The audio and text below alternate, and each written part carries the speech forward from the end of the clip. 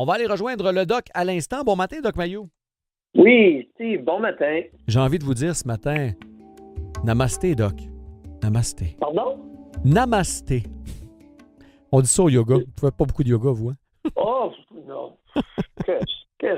Je me demandais, je pensais que la ligne était mauvaise. La masté. La mastite, je connais, mais la masté, je connais pas. OK. Doc, ce matin, je vous fais une histoire Je courte. connais l'inflammation des glandes mammaires. OK, c'est ça que vous connaissez. Ce matin, on a eu une inspiration. La presse, c'est depuis 2 jours sur le dossier du yoga.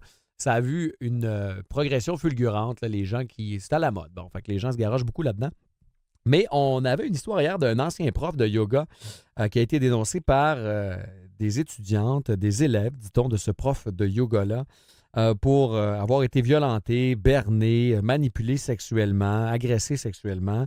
Il y a l'histoire, entre autres, d'une femme de 38 ans qui avait une bonne job, un job correct là, à la Ville de Montréal, 60 000 par année, qui a tout laissé pour suivre ce fameux yogi-là, ce prof de yoga-là. Et ça nous a inspiré le concept des fameux gourous. Tu sais, ça existe dans bien des sphères. Est-ce que ce gars-là en était un ou non? On semble croire que oui, de par ce qui est raconté. Mais qu'est-ce qui fait que les gens décident de suivre quelqu'un, tu sais, d'abandonner leur job aveuglément puis de se lancer derrière un gourou? C'est quoi le profil? Bon, c'est sûr que ça peut correspondre. Est-ce qu'il y a des hommes qui laissent tout pour suivre un gourou? J'ai pas entendu ça souvent, mais dans le cas précis, il n'y en a pas. Ah bon? Alors, c'est une histoire de femme. Ben, davantage, je pense. Bon, OK, on s'entend sur les prémices de base. Mm-hmm. Alors, comment se fait-il qu'il y ait autant de femmes qui laissent mère et monde, des femmes adultes? Mm-hmm. Les étudiantes, les élèves, là, est-ce qu'il y a des mineurs là-dedans ou c'est toutes majeures vaccinées? Majeurs vaccinés et même pour la plupart dans la trentaine. Fait que, tu sais, pas de jeunes adultes, là, pas 18-19 ans, là. Oh, des femmes matures! Ben, en tout cas, plus matures, mettons.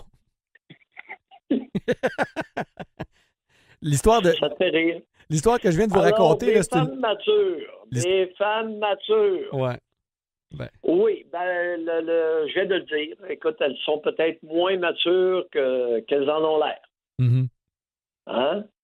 Elles sont peut-être moins matures qu'elles en ont l'air. Alors, elles connaissent des difficultés d'adaptation à la vie adulte. Maintenant, on peut s'interroger sur l'origine du mal. Mm-hmm. Ça vient d'où, d'après toi, Steve? Comment ça se fait qu'il y a autant de femmes adultes qui vont tout laisser pour suivre un paltoquet?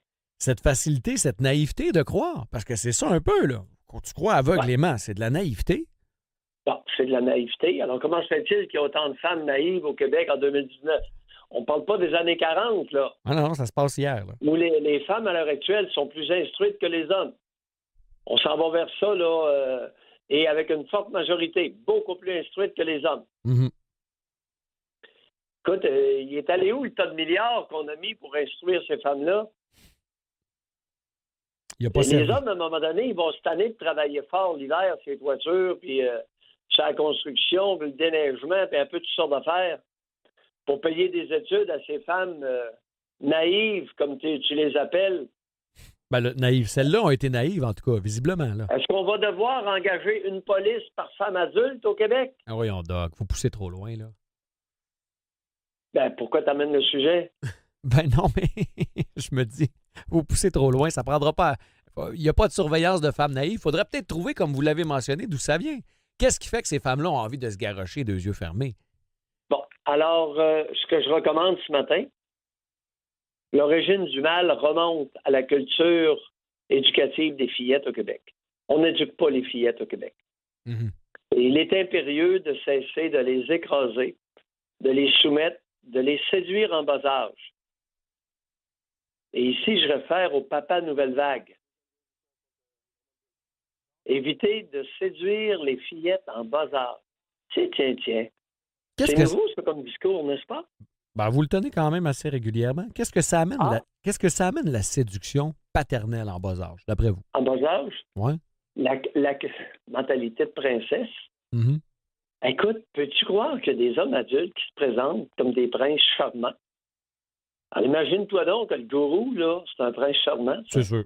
Aucun doute. Même maudite affaire. Ah oui, là-dessus, j'ai aucun Quand doute. est-ce qu'on va commencer à permettre aux fillettes au Québec, 2019, de rouspéter, de s'exprimer, Mhm. de se fâcher Mhm. et de se défendre? J'aurais envie de te dire bonne réflexion, cher Steve. Non, mais il y a plusieurs bons points, Doc. Plusieurs très bons points. Ah, merci. Et sur l'affirmation, Ça aura valu la peine ce matin. ben non, mais tout à fait, mais sur l'affirmation. Puis, vous avez, il y a une réflexion intéressante aussi à y avoir sur le concept du prince charmant. Puis, j'en ai pas contre les histoires de Disney, là, lâchez-moi les petits films puis tout ça, là, mais tu sais, l'aspect de tu vas rencontrer un homme qui va tout apporter. Bonheur, argent. Non, mais c'est con, là. On va se dire vraies affaires à matin, c'est stupide cette histoire-là. Là. L'égalité, ça devrait commencer là, non? Doc? Dangereux. C'est plus que stupide. C'est dangereux pour l'équilibre de beaucoup de femmes adultes. Ça les rend vulnérables. Comme des enfants, comme des fillettes. T'as 38 ans, là, qui vend tout, qui se débarrasse de tout pour suivre son gourou, là. Ben, c'est une fillette de 7 ans. Imagine-toi donc. Savez-vous où elle dormait, notre fillette de 7 ans? Non? Sur un petit sofa dans la salle de yoga. Il lui restait 2 tablettes, un sur lequel elle mettait ses t-shirts, puis l'autre ses pantalons de yoga. Une femme qui avait une bonne job, là, on parle pas de quelqu'un qui a une déficience... Intellectuelle, ouais. Non, mais c'est vrai, là. Ah oui. Je veux bien croire oui, que... mais regarde, écoute, interroge-la, retrace-la, puis interroge-la, puis demande-lui qu'est-ce qui s'est passé pendant son enfance. Ouais. Tu vas voir. Je veux bien... Quand un homme en est arrivé à délaisser la course à la chefferie d'un parti politique moribond, prétextant son rôle de père, ça m'inquiète. Ça me fait peur. Ça me fait peur pour l'équilibre de ses filles. Je vois où vous voulez en venir. J'ai pas la même préoccupation. Je l'ai, mon Steve. C'est un exemple de l'actualité. Oui, non, mais je comprends, mais il y a une différence quand même, Doc, entre, mettons, l'homme séducteur, là, le prince charmant dont vous nous avez parlé. Ben oui, tu pensais ce que ce père-là va dire à ses filles? J'ai tout laissé. J'ai sacrifié ma vie pour vous autres.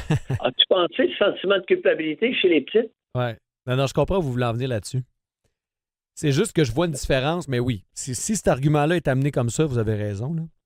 Mais je vois une différence entre un choix de vie extrêmement prenant où on délaisse, oui, la famille, mais plus que ça, là. Je veux dire, être chef d'un parti politique, c'est pas une job, c'est une vie en soi, là. Mais je comprends votre point. Être médecin? Ben, ça dépend desquels, hein. Il y en a qui C'est travaillent... pas une vie en soi? Oui, pour certains. Et il y en a d'autres, Doc, et vous le savez aussi bien que moi, qui travaillent pas fort. C'est pas automatiquement une vie en soi. Hein? Oui. Vous travaillez fort, il y en a qui travaillent très, très fort, mais tu sais, c'est comme pas une automatisme. Soyons prudents pour ne pas utiliser des prétextes qui vont alourdir, voire rendre impossible la croissance de nos proches, de nos enfants. Intéressant. Doc, votre sujet ce matin, vous devez faire référence sûrement à cette femme et son histoire de pote là, qui a perdu la garde de ses enfants. Oui. Qu'avez-vous bousillé dans votre vie à cause d'un problème de dépendance? Qu'avez-vous bousillé dans votre vie à cause d'un problème de dépendance? Oui, on en a parlé hier matin. Oui, ensemble. Et José veut revenir là-dessus ce matin parce que je pense que ça frappe beaucoup de monde. Ben oui. Mais en même temps, on avait un cas spécial, là, on s'entend, là, la femme d'hier, c'était pas juste l'histoire des 2 joints par jour. Oui. Mais la consommation a des impacts, ça entraîne des conséquences. Oui, et la femme de répondre au juge. C'est légal, monsieur le juge. C'est légal, l'alcool. Tu dois conduire en état d'ébriété. Mais c'est légal de boire. On peut fumer, Doc. On vous écoute à 9h30. Au plaisir. Excellent. Bye, Doc. Bye.